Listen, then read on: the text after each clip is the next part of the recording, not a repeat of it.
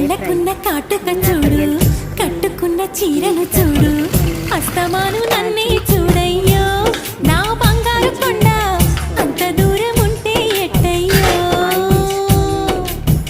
చెవులకున్న దుద్దులు చూసా, ముక్కుకున్న బుక్కెర చూసా, చూడమన్నవన్నీ చూశానే. నా పువ్వుల దండ చూపకుండా ఎన్నో దాచావే.